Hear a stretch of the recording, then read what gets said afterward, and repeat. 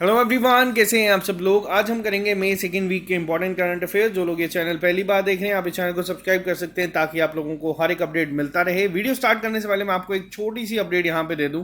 आप में से बहुत सारे बच्चे यहाँ पे कंफ्यूज चल रहे हैं कि जो एडवर्टाइज किया गया था एडवांस नोटिस एग्जाम को लेके, वो विड्रॉ किया गया है। उसके बाद बच्चे कह रहे हैं कि एग्जाम पोस्टपोन हो चुके हैं, एग्जाम कैंसिल हो चुके हैं। तो देखो, पहली चीज मैं आपको बताऊं, ये ऐसी बिल्कुल भी चीज नहीं है। हाँ, जो आपके एग्जाम्स यहाँ पे, ये जो आप डेट देख रहे हैं यहाँ पे 17 जुलाई 29 मई, इनको फिलहाल के लिए विड्रॉ किया गया है। लेकिन ऐसा नहीं है कि आपके जुलाई के बाद ही होंगे, आपको एक नया कैलेंडर मिल जाएगा। और जहां तक मुझे लग रहा है कि आपको जून या जुलाई में आपके एग्जाम्स कंडक्ट हो जाएंगे।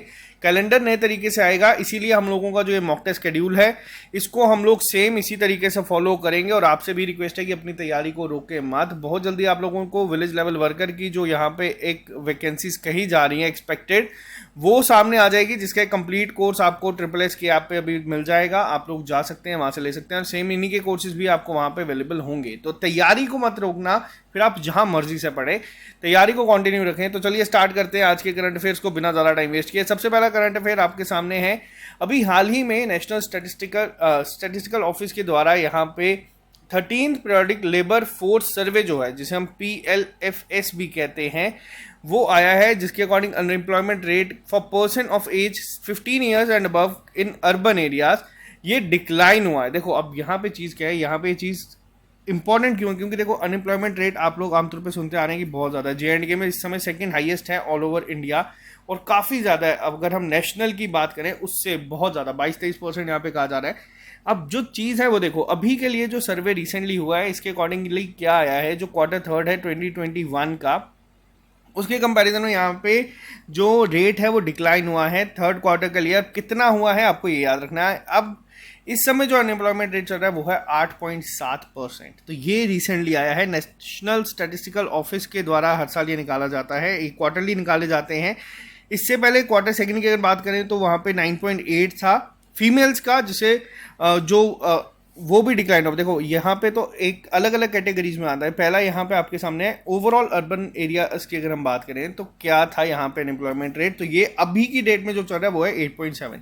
अगर मैं फीमेल्स की बात करूँ, यहाँ पे जो फीमेल्स का यहाँ पे रेट है, यहाँ पे अनएम्प्लॉयमेंट रेट है, ये भी गिरा है। पहले कितना था, पहले था 10.5%, जिसको अब कितना हो चुका है, अब आज की डेट में ये कितना जा रहा है, 9.8% थर्ड क्वार्टर के लिए।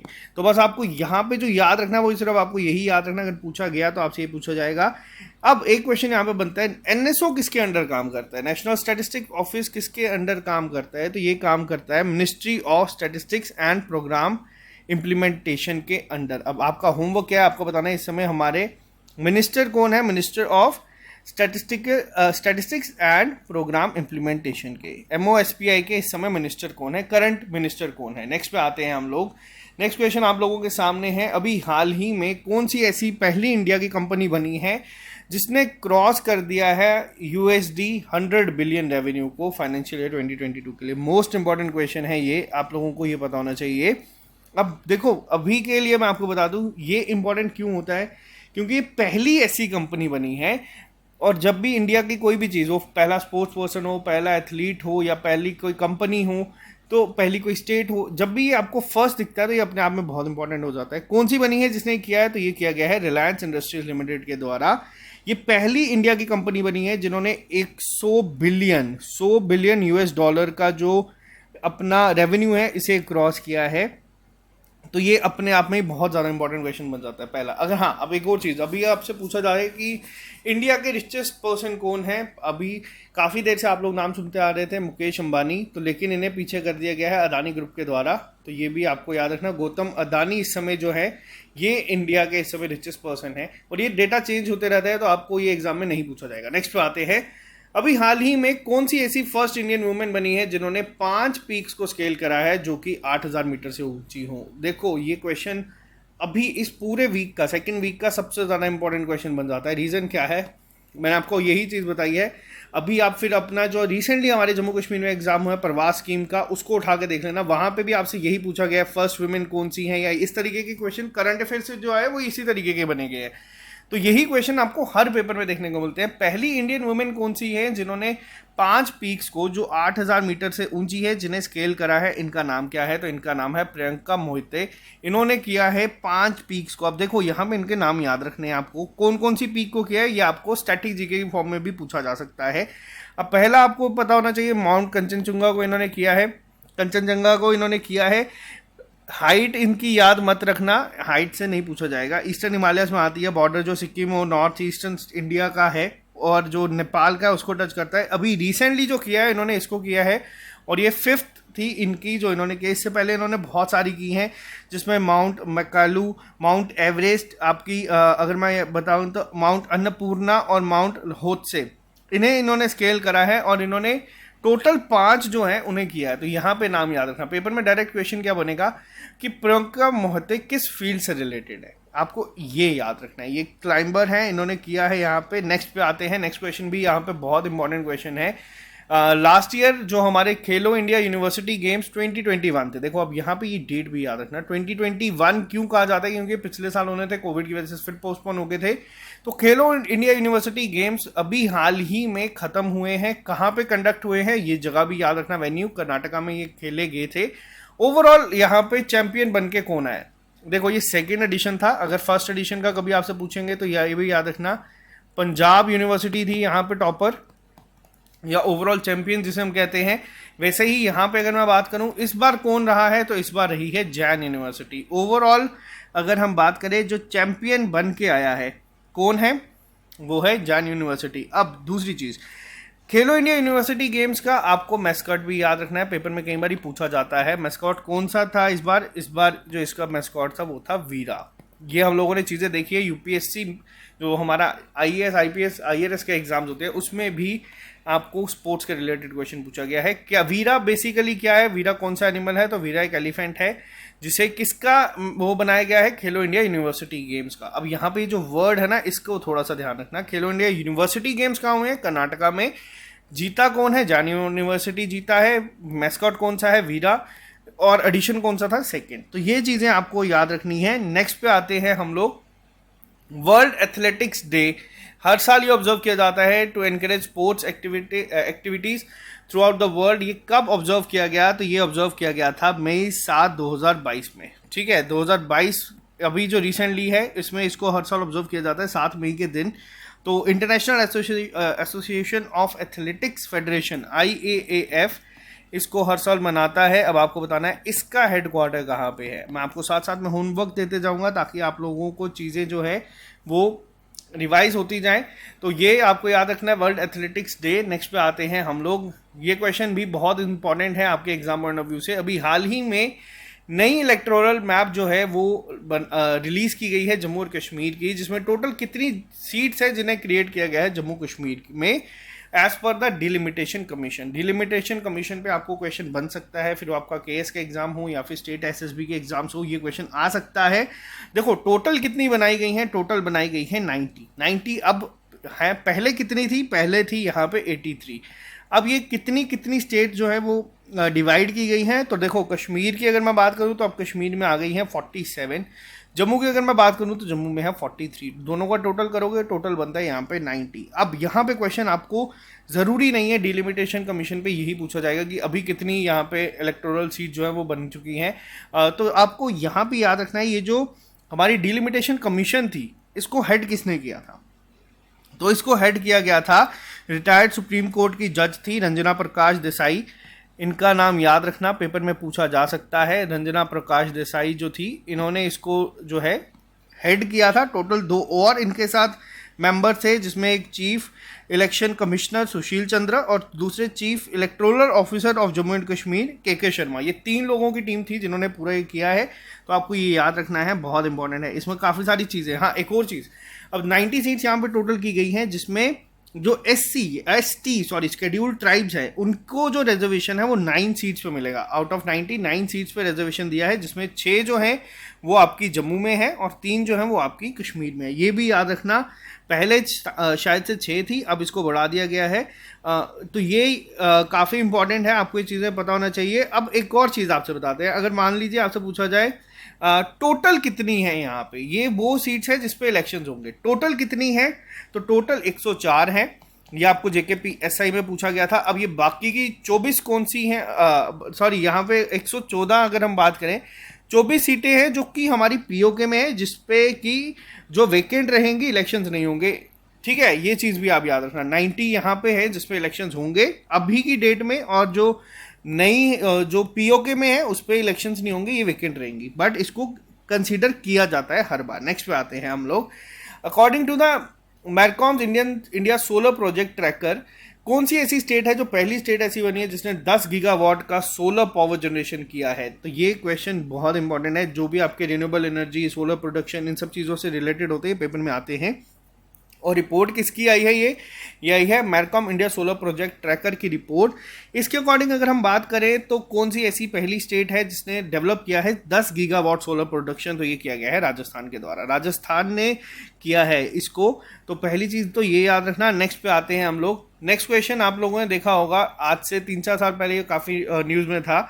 लोकपाल, जो इंडिया का लोकपाल है, इन्हें इनका खुद का ऑफिस मिला है वर्ल्ड ट्रेड सेंटर बिल्डिंग में, जो कि न्यू दिल्ली में है। अगर क्वेश्चन पूछा जाएगा करंट लोकपाल कौन है, यानी कि चेयरमैन कौन है इस समय लोकपाल के, या जिन्हें हम लोग लोकपाल ऑफ इंडिया भी कहते हैं, तो इस समय वो कौन है? तो इनका नाम याद रखना, जस्टिस पिनाकी चंद्र घोष इस समय वो हैं चेयरमैन है लोकपाल के, और ये पहले लोकपाल भी थे।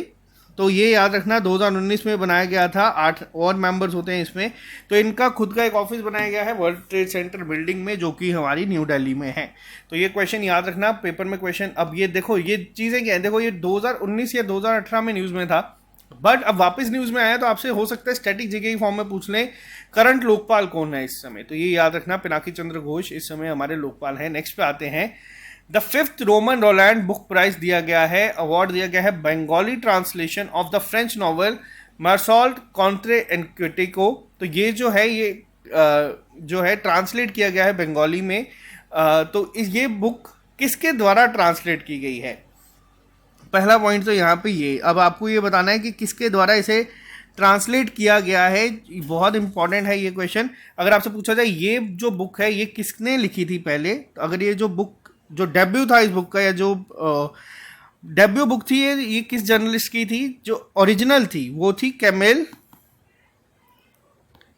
दाऊद की। ठीक है, अगर पूछा जाए इसको ट्रांसलेट करके अभी किसने यहाँ पे लाया है जिसे अवार्ड दिया गया है, तो ये आपको बता दूं, ये जो प्राइज मिला है, ये बंगाली ट्रांसलेशन जो की गई थी, ये की गई है यहाँ पे, एक सेकेंड रुकना, ये की गई थी त्रिंजन चक्रवर्ती के द्वारा। ये बंगाली ट्रांसलेशन को अवार्ड मिला है। एक्चुअल बुक का क्या नाम था? एक्चुअल बुक का नाम ये था, बंगाली ट्रांसलेशन के बाद इसका नाम ये बन गया था। ठीक है, तो अगर पूछा जाएगा तो दोनों चीज़ें याद रखना, आपसे एग्जाम में पूछा जा सकता है। नेक्स्ट पे आते हैं। अभी हाल ही में रिसेंटली किसने जीता है first edition of formula 1 Miami grand pre का?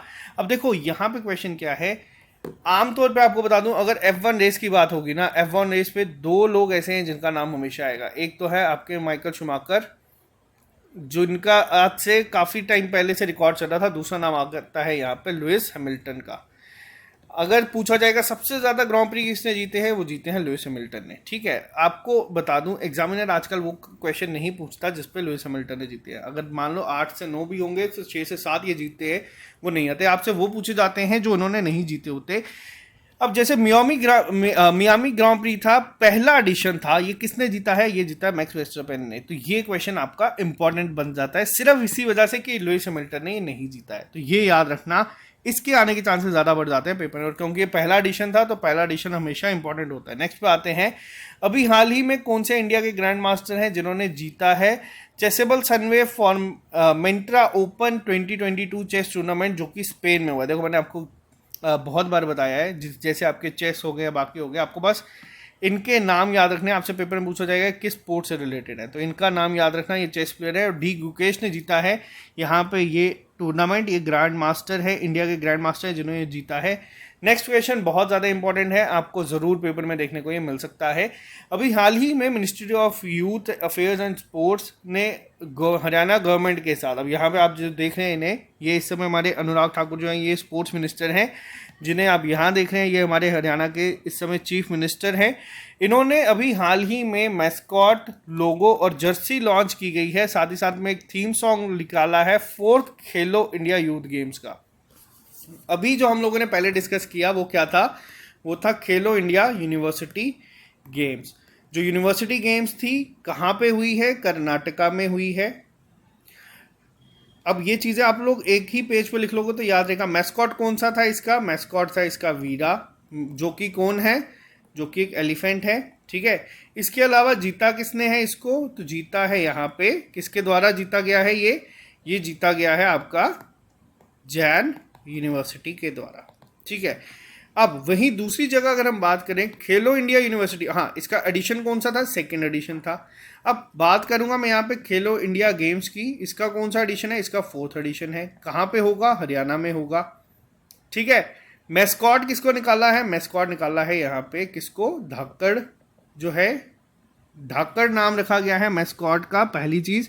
साथ ही साथ अगर आपको एक और चीज़ मैं यहाँ पे बता दूँ, विनर जो चलो जो होगा वो देखा जाएगा। तो यहाँ पे आप लोग देखना, अब यहाँ पे इस बार क्या है, खेलो इंडिया यूथ गेम्स में कुछ गेम्स को और ऐड किया गया है। वो क्वेश्चन आपके हाई लेवल अगर पूछा जाएगा ना तो ये याद रखना, 5 नई गेम्स को यहाँ पे ऐड किया गया है, जिसमें सबसे पहली आती है आपकी गतका, जो हमारा सिख मार्शल आर्ट है।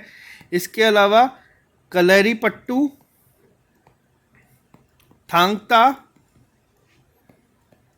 योगासाना यानी कि योगासन, और आपका लास्ट मल्लखम। इन 5 को इस बार ऐड किया गया है खेलो इंडिया यूथ गेम्स में। तो ये याद रखना, ये आपसे पूछा जा सकता है, बहुत इंपॉर्टेंट होगा एग्जाम पॉइंट ऑफ व्यू से। नेक्स्ट पे आते हैं हम लोग। नेक्स्ट क्वेश्चन है, राइजिंग डे कौन सा ऑब्जर्व किया गया है बॉर्डर रोड ऑर्गेनाइजेशन का, जिसे ऑब्जर्व किया जाता है हर साल 7 मई 2022 को। तो देखो इस बार जो था ये था 63rd राइजिंग डे। अब यहाँ पे क्या है आपको बता दूं, 2 ऑर्गेनाइजेशंस हैं जो रोड बनाती हैं। एक आ जाता है आपका national highway authority of India, जो हमारे नॉर्मल हम लोग जो नेशनल हाईवेज देखते हैं वो बनाती है, और बीआरओ क्या करती है, बीआरओ बनाती है हमारे वो रोड्स जो कि हमारे माउंटेन एरियाज में होते हैं। तो ये आप लोगों को बता दूं। अब दूसरी चीज़ क्या है, यहाँ पे आपको जो चीज़ याद रखनी है वो ये याद रखनी है कि जो इम्पॉर्टेंट पॉइंट बनता है हमारा यहाँ पे वो ये है कि बॉर्डर रोड ऑर्गेनाइजेशन में पहली चीज़ आपको ये बताना चाहिए कि इस समय हमारे हेड कौन है या डायरेक्टर जनरल कौन है बॉर्डर रोड के, तो वो हैं इस समय राजीव चौधरी जी। और बॉर्डर रोड ऑर्गेनाइजेशन को अभी हाल ही में क्या मिला है, इन्हें अभी हाल ही में वर्ल्ड गिनीज बुक ऑफ का रिकॉर्ड मिला है, यहाँ पे अवार्ड मिला है, क्योंकि इन्होंने सबसे हाई एल्टीट्यूड पे एक टनल बनाई है। अब आपको कमेंट बॉक्स में फिर से मैं सेम होमवर्क पूछ रहा हूँ, आपको बताना उस टनल का नाम क्या है। साथ ही साथ बॉर्डर रोड ऑर्गेनाइजेशन की अगर मैं बात करूं, बॉर्डर रोड ऑर्गेनाइजेशन जो है पहली बार कब ऑब्जर्व किया गया था, तो ये किया गया था 1960 में। तो ठीक है, अभी तक के लिए ये। नेक्स्ट पे आते हैं, नेक्स्ट क्वेश्चन के ऊपर चलते हैं। अभी हाल ही में दुनिया का लॉन्गेस्ट ग्लास बॉटम ब्रिज बनाया गया है। देखो पहले आप लोगों ने चाइना में देखा होगा, बहुत सारी रील्स भी वायरल हुई हैं। इस तरीके का एक ग्लास जो पूरा ग्लास से बना हुआ है ब्रिज, वो बनाया गया है ग्लास बॉटम ब्रिज। तो पहले चाइना का था दुनिया का सबसे लॉन्गेस्ट, बहुत ज़्यादा वायरल हुआ था, पेपर में भी एक पेपर में पूछा भी गया था। लेकिन अभी हाल ही में किसने उससे भी ज़्यादा लंबा ब्रिज बना दिया है, तो ये बनाया गया है वियतनाम के द्वारा। जो चाइना का ब्रिज था उसकी टोटल लेंथ थी 526 मीटर, जो यहाँ पे वियतनाम ने बनाया है इसकी है 632 मीटर। आपको लेंथ याद नहीं रखनी, आपको सिर्फ याद रखना है कि इस समय कहाँ पे है। इस समय ये जो ग्लास ब्रिज बनाया गया है वियतनाम में बनाया गया है।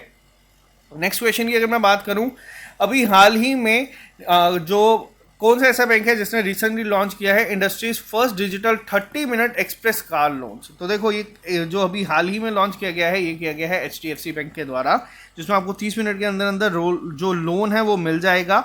नेक्स्ट पे आते हैं, अभी हाल ही में L&T लार्सन एंड टोब्रो ने, इन्फोटेक ने माइंडट्री के साथ मिलके एक न्यू एंटिटी बनाई है जिसका नाम है LTI माइंडट्री। तो यहाँ पे अगर हम बात करें ये इसको हेड कौन करेगा या इसको लीड कौन करेगा, तो इसको जो लीड करेंगे वो करेंगे देवाशीष चैटर्जी जी लीड। करंट ये सीईओ हैं किसके, ये माइंडट्री के ही सीईओ है, तो ये भी हाल ही में दोनों ने मिलकर बनाया है, तो इसीलिए याद रखना, क्योंकि एल&टी काफ़ी एक बड़ी प्रेस्टिजियस कंपनी है इस समय इंडिया की, और यहाँ पे माइंडट्री भी आप लोगों को बता दो दोनों यहाँ पे है, तो दोनों ने मिलकर किया, तो ये न्यूज़ में था, तो इसलिए आपको पता होना चाहिए। नेक्स्ट पे आते हैं, अभी हाल ही में कौन सी ऐसी एरोस्पेस है जो कि बेंगलुरु बेस्ड है, जिसने रिसेंटली लॉन्च किया है India first high performance green propulsion system for satellites. अब ये क्वेश्चन आप लोग सोचोगे कि क्यों इंपॉर्टेंट है। ये क्वेश्चन इसलिए इंपॉर्टेंट है, अभी तक आपको बता दूं, यहाँ से ना आपके स्टैटिक जीके के क्वेश्चन दो बन सकते हैं। आप लोगों ने देखा होगा जब भी कोई रॉकेट लॉन्च होता है, जब भी वो लॉन्च होता है, तो जो फ्यूल वहाँ पे यूज़ होता है, आमतौर पे हम लोग यूज़ करते हैं यहाँ पे क्या, हाइड्रोजन। हाइड्रोजन का फॉर्मूला क्या है, N2H4, और ये काफ़ी ज़्यादा टॉक्सिक है, पॉइजनस है ये, अगर हम बात करें, और इसका काफ़ी एक नेगेटिव इन्फ्लुएंस जाता है इन्वायरमेंट के ऊपर। बट इसी चीज़ को ध्यान रखते हुए एक ग्रीन प्रोपल्शन सिस्टम बनाया गया है सैटेलाइट्स के लिए, जो हाल ही में लॉन्च किया गया है बेंगलुरु बेस्ड कंपनी, जिसका नाम है बेलेट्रिक्स एरोस्पेस। तो ये याद रखना, इन्होंने भी हाल ही में किया है, इससे जो फ्यूल की एफिशिएंसी है वो भी बढ़ेगी 20% तक। तो ये काफ़ी एक अच्छी चीज़ है, और ग्रीन एनर्जी के रिलेटेड अगर आपको बताया जहाँ पे भी ये वर्ड यूज़ हो, ये एग्जाम पॉइंट ऑफ व्यू से काफ़ी इंपॉर्टेंट हो जाता है। नेक्स्ट पे आते हैं, अभी हाल ही में हमारे जो वाइस प्रेसिडेंट हैं वेंकैया नायडू जी, इन्होंने एक बुक को रिलीज़ किया है, जो बुक को इन्होंने रिलीज़ किया है उसका नाम क्या है, the struggle for police reforms in India, rural police to people police. तो ये जो बुक है ये अभी हाल ही में वाइस प्रेसिडेंट जो हमारे हैं वेंकैया नायडू, इन्होंने रिलीज़ करी है। बट इसके ऑथर कौन है, इसके ऑथर हैं यहाँ पे प्रकाश सिंह जी, इन्होंने ये बुक लिखी है। अब बुक्स एंड ऑथर्स पे कई बार करंट अफेयर से क्वेश्चन आ जाते हैं, तो ये याद रखना, कई बार ये आपसे वही स्टैटिक पूछा जाएगा, गांधी जी ने कौन सी लिखी है या जवाहरलाल नेहरू जी ने कौन सी लिखी है, बट जो करंट अफेयर से अगर कई बार बनते हैं तो इसी तरीके के बनते हैं। International day of argania 2022 observe किया गया है, ये यूएन ऑब्जर्व करता है, the argan tree symbol of resilience. तो ये जो है ये हर साल कब ऑब्जर्व किया जाता है, ये हर साल ऑब्जर्व किया जाता है 10 मई के दिन। तो ये याद रखना, इसकी थीम भी याद रखना, ये पूछा जा सकता है। नेक्स्ट पे आते हैं, नेक्स्ट क्वेश्चन जो हमारे सामने है, ये क्वेश्चन अभी क्यों इंपॉर्टेंट है। देखो, पहली कंट्री एशियन कंट्री कौन सी बनी है जिसने नाटो का cooperative cyber defence centre of excellence join किया। अब यहाँ पे पूरा नाटो के साथ ज्वाइन नहीं किया, यहाँ पे वर्ड को ध्यान देना, cooperative cyber defence centre of excellence जो है ये जो ज्वाइन किया गया है, पहली जो एशियन कंट्री बनी है वो कौन सी है, वो है साउथ कोरिया।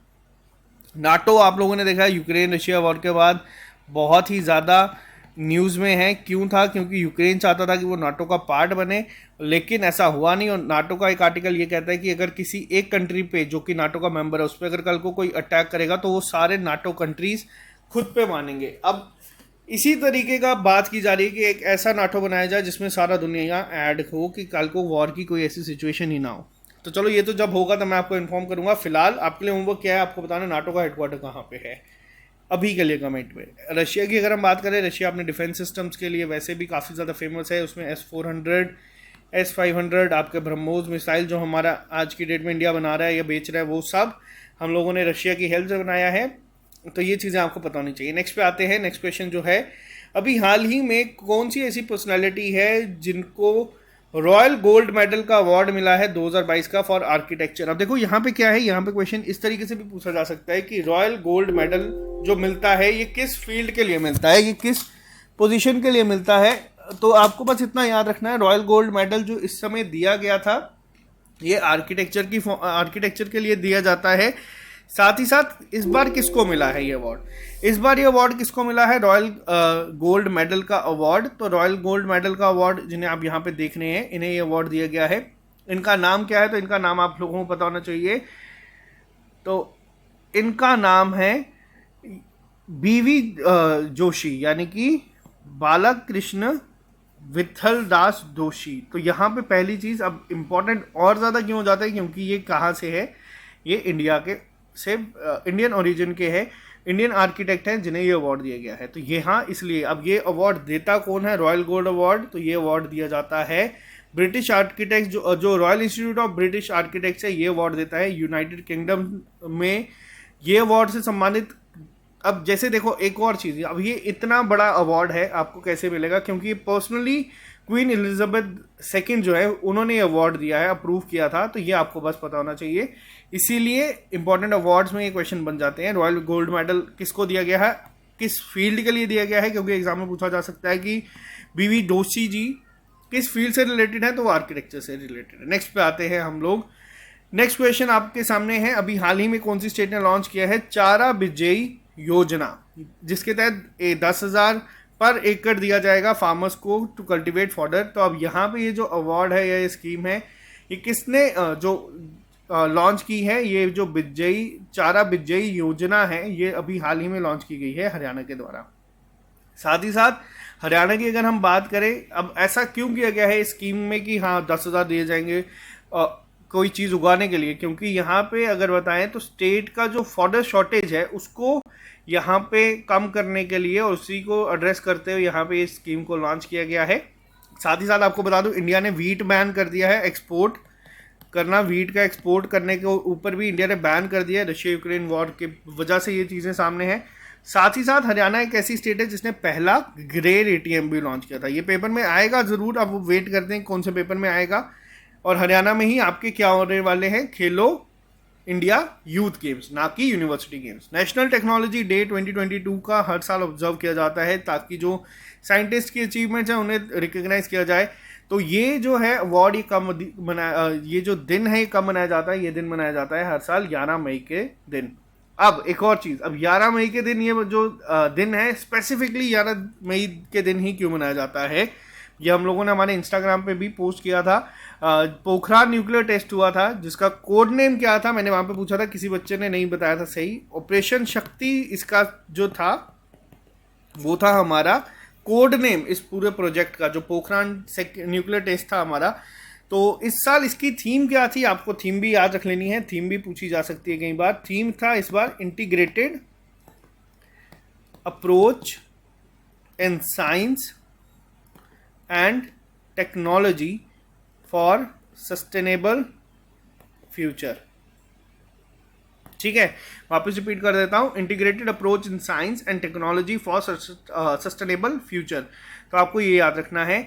नेक्स्ट पे आते हैं हम लोग। नेक्स्ट क्वेश्चन आप लोगों के सामने है, अभी हाल ही में कौन सी ऐसी कंट्री है जो रिप्लेस करेगी रशिया को इन यूएन ह्यूमन राइट काउंसिल। ये वोटिंग के तहत यहाँ पे डिसाइड किया गया है और रशिया को हटा दिया गया है। रशिया की जगह कौन सी आएगी, तो वो आएगी चेक रिपब्लिक। तो ये याद रखना। होमवर्क आपको बता दूं, यूएनएचआरसी का हेडक्वार्टर कहाँ पे आप लोगों को बताना है। टोटल मेंबर्स जो थे 193 के, जिसमें 180 मेंबर्स ने वोट किया है, एक सीक्रेट बैलेट में किया था ताकि किसी को पता ना चले। साथ ही साथ मैं ही बता देता हूँ इसका कहाँ पे है हेडक्वार्टर। इसका हेडक्वार्टर है जिनेवा में, जो कि स्विट्जरलैंड में है। ठीक है, नेक्स्ट पे आते हैं। नेक्स्ट क्वेश्चन की अगर हम बात करें, अभी हाल ही में कौन से ऐसे नोबेल प्राइज विनर हैं जिनको हाल ही में टेम्पलेट प्राइज से दोबारा सम्मानित किया गया है। तो देखो, ये जो अवार्ड है ये किसे दिया गया है, तो ये दिया गया है फ्रैंक विल्जेक को, ये अवार्ड से सम्मानित किया गया है। अब अगर अब पूछा जाए एग्जाम में, देखो अब मैं आपको बताता हूँ कई बार क्या होता है, आपसे ज़रूरी नहीं है ये पूछा जाए कि किसे अवार्ड देगा, आपसे पूछा जाएगा कि फ्रैंक विल्जेक को नोबेल प्राइज मिला था, वो किस फील्ड में मिला था, किस कैटेगरी में मिला था। तो इन्हें फिजिक्स के लिए मिला था। मिला कब था, 2004 में। अब आपको ये याद रखना है, कई बार हम जो कहते हैं ना कि पुराने करंट अफेयर्स पेपर में पूछे जा रहे हैं, वो पुराने करंट अफेयर्स नहीं होते, वो यही करंट अफेयर्स होते हैं जो रिसेंटली न्यूज़ में होते हैं, तो उन्हीं को वहाँ पे पूछा जाता है। तो यहाँ पे याद रखना, इन्हें ये अवार्ड से मिला गया है, ये प्राइज भी इन्हें मिला है। और नाम याद रखना, और नोबेल प्राइज किस में मिला था, फिजिक्स में मिला था 2004 में। नेक्स्ट पे आते हैं क्वेश्चन नंबर 26 पे। अभी हाल ही में कौन सी ऐसी पहली इंडियन है जिन्हें एम्बेसडर बनाया गया है एलवी का, लुइस विटन का, जिन्हें बनाया गया है ब्रांड एम्बेसडर। तो विटन का किसे बनाया गया है यहाँ पे, तो ये बनाया गया दीपिका पादुकोण को। और पहला ऐसा इंडियन है जिन्हें बनाया गया है, काफ़ी एक बड़ा ब्रांड है, तो ये याद रखिएगा। नेक्स्ट पे आते हैं, अभी हाल ही में कौन ऐसी पहली इंडियन है जिन्होंने गोल्ड मेडल जीता है IWF जूनियर वर्ल्ड चैंपियनशिप में, जो कि अभी हाल ही में हुआ है। अब यहाँ पे चीज़ देखो, आप लोगों को हो जाएगा। और साथ में टोटल वेट कितना है, 153 kg in 45 kg, lifting a total weight of 153 kg in the 45 kg women round. Approximate अपने से 4 गुना ज़्यादा वेट उठा के इन्होंने अवार्ड जीता है। और ये क्वेश्चन आपको पेपर में ज़रूर देखने को मिल सकते हैं। क्या नाम है यहाँ पे, कौन से इंडियन है, इनका नाम है हर्षदा शरद गरुड़। इन्होंने ये अवार्ड जीता है। और टोटल इंडिया ने 3 मेडल जीते थे, लेकिन junior world weight lifting championship में अगर हम बात करें तो इन्होंने जीता है शरद गरुड़ ने, और इंडिया ने पहला गोल्ड मेडल अपना जीता है इस कैटेगरी में, ठीक है। और ये वुमेन कैटेगरी में इन्होंने जीता है। इनका नाम याद रखना, बहुत ज़्यादा चांसेस बन जाते हैं कि पूछा जाएगा कि ये किस स्पोर्ट से रिलेटेड है, तो ये याद रखिएगा। नेक्स्ट पे आते हैं हम लोग। Name the state that recently introduce nutritious breakfast scheme for all government primary school students from 1st to 5th grade. तो ये किसने लॉन्च किया है? तो ये किया गया है M.K. स्टालिन के द्वारा। M.K. स्टालिन कौन है? तो ये तमिलनाडु के CM हैं। इन्होंने अभी हाल ही में लॉन्च किया है कि न्यूट्रिशियस जो ब्रेकफास्ट है वो मिलेगा हर एक बच्चे को जो स्कूल आएगा 5th ग्रेड तक, 1st to 5th ग्रेड तक, तो ये याद रखिएगा। नेक्स्ट पे आते हैं। ये क्वेश्चन आप लोगों को बता दूं अब ज़्यादा इंपॉर्टेंट क्यों बन जाता है। जो श्रीलंका के प्राइम मिनिस्टर बनाए गए हैं आफ्टर इकोनॉमिक क्राइसिस, तो नए PM कौन बनाए गए हैं? पहले कौन थे? पहले थे राजपक्षे नाम याद रख लेना, आपको बस पेपर में दिख जाएगा। पहले थे महिंद्रा राजपक्षे, इनको हटाया गया, प्रेसिडेंट के ओल्डर भाई थे। अभी किसे बनाया गया? रनिल को बनाया गया है यहाँ पे। अब आपको एक चीज़ बता दूं, आज जब मैं वीडियो बना रहा हूँ यहाँ पे श्रीलंका की तरफ से ऑफिशियल अपडेट आया कि उनके पास सिर्फ 1 दिन का पेट्रोल बच गया। अब 1 दिन का पेट्रोल ये नहीं है कि एक किसी इंसान के पास बच गया, वो सिर्फ पूरी कंट्री की बात की जा रही है कि सिर्फ 1 दिन का पेट्रोल इनके पास बचा है। 15 दिन के इनके पूरे जो पावर कट है वो हो रहे हैं, और बोला गया है ये सिर्फ अभी स्टार्ट है, चीज़ें इससे बहुत ख़राब होंगी। और अगर आपको पूरा समझना है कि श्रीलंका का इकोनॉमिक क्राइसिस हुआ क्या है, कैसे हुआ, कैसे शुरुआत हुई, आज श्रीलंका इस पोजीशन में पहुंचा कैसे, तो हमने एक डिटेल वीडियो बनाई थी जिसका लिंक मैं डिस्क्रिप्शन बॉक्स में डाल दूंगा, वहां से ज़रूर देख लेना, आपको पूरा समझ आ जाएगा। नेक्स्ट पे आते हैं। अभी हाल ही में टाटा सर ने किसको अपॉइंट किया है? CEO MD of air India. Air India के CEO MD किसे बनाया गया है? तो ये बनाया गया है कैंपबेल विल्सन को। अभी हाल ही में कैंपबेल विल्सन को अभी ये अपॉइंट किया गया है। एयर इंडिया के ऊपर क्वेश्चन पूछा गया था अभी थोड़े दिन पहले कि किसने इसको खरीदा है। इसको टाटा सन्स ने खरीदा है। कितने रुपए की डील में ये खरीदा गया था, ये अब आपके लिए होमवर्क है। आप लोगों को कमेंट बॉक्स में लिख के बताना है क्या डील थी, कितने रुपए में ये पूरा किया गया था। तो चलो, ये थे आज के हमारे important current affairs. I hope आपको इसमें समझ आया होगा जो हम समझाना चाहते हैं, और इसी से ही क्वेश्चन आपको पेपर में दिखेंगे। अगर आप लोगों को ये चैनल पसंद आता है, चैनल को सब्सक्राइब कर सकते हैं। आप अभी हम लोगों की एक नई सीरीज चलाई गई है जिसमें NCERT सीरीज हम लोग शुरू कर रहे हैं। अभी तक जो शुरू कर चुके हैं उसमें साइंस के आपको मिल रहे हैं, मैथ को हम लोग बिल्कुल बेसिक से करवा रहे हैं, और पॉलिटी हम लोग शुरू कर देंगे जिसमें लक्ष्मीकांत का एक पूरा क्रक्स आप लोगों को मिल जाएगा ईजी वे में। साथ ही साथ आप लोगों को कल से हम लोग शुरू कर देंगे जो इंग्लिश की क्लासेस है वो भी आपको मिल रही है, ताकि आप लोग ग्रामर में जो मैक्सिमम बच्चे गलती करते हैं पेपर में, वो चीज़ों को इम्प्रूव कर सके। और जो बच्चे तैयारी कर रहे हैं पेपर, आपको बता दूं आपके कोई भी पेपर अभी डिले या पोस्टपोन नहीं है। हाँ, एडवांस नोटिस जो था वो वापस लिया गया है, बट पेपर आपके होंगे और बहुत जल्द होंगे। तैयारी मत छोड़ना। अगर आपको कोई भी पेपर के नोट्स चाहिए या पूरे मॉक टेस्ट चाहिए, आप हमारी ऐप को डाउनलोड कर सकते हैं।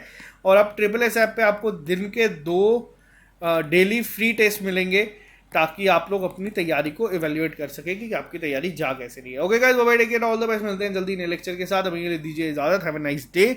और इस चैनल में अगर आप नए हैं तो इस चैनल को सब्सक्राइब कर लीजिएगा और अपने फ्रेंड्स के साथ शेयर जरूर कर दीजिएगा। ओके गाइस, मिलते हैं जल्दी नए लेक्चर के साथ।